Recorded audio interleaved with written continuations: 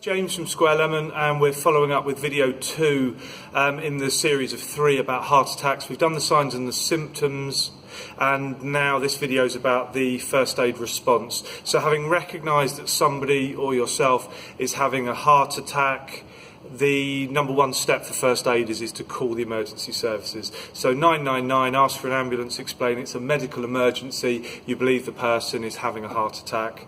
Give the address, make sure it's a clear location, so if it's a big building, which entrance are you using, all of those sort of things that we've talked about in other videos. When you're with the person, so the emergency services are on their way, when you're with the person, we first of all could talk about the position.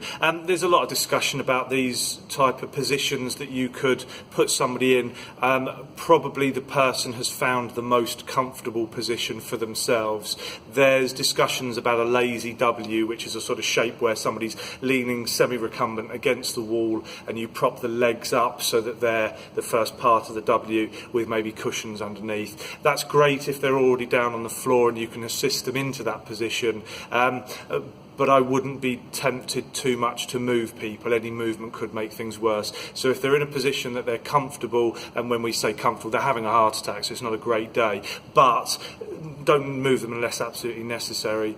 The usual advice with first aid is that we would never give medication, and I guess really that stands with heart attacks, but there is a step we can take. So aspirin, aspirin 150 milligrams or 300 milligrams tablets will stop the blood from being quite so sticky, meaning that some blood will be able to transfer past the clot. That's what we're hoping. So if it's safe for the person to take aspirin, so you do need to do the checks and the person must be conscious.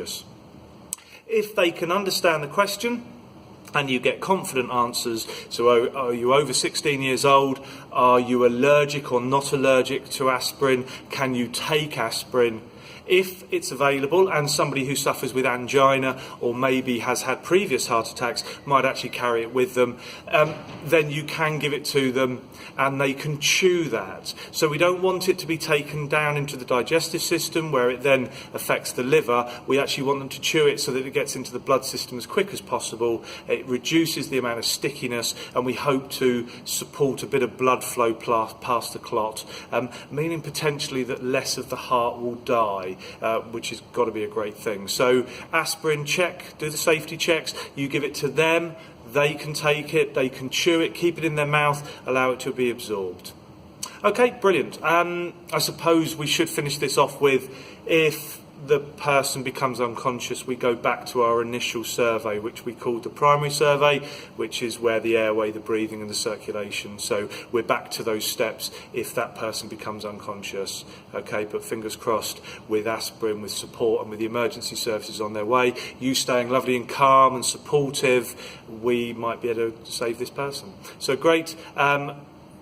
Video 3 is going to follow on from that point where the emergency services have been called and you've maybe supported them to take aspirin, and then the third video will be how to maybe assess the heart attack so that when the paramedics arrive you can give them some more information, and we'll go through a simple acronym that we can use for that. Okay, take care, have a good day, bye bye.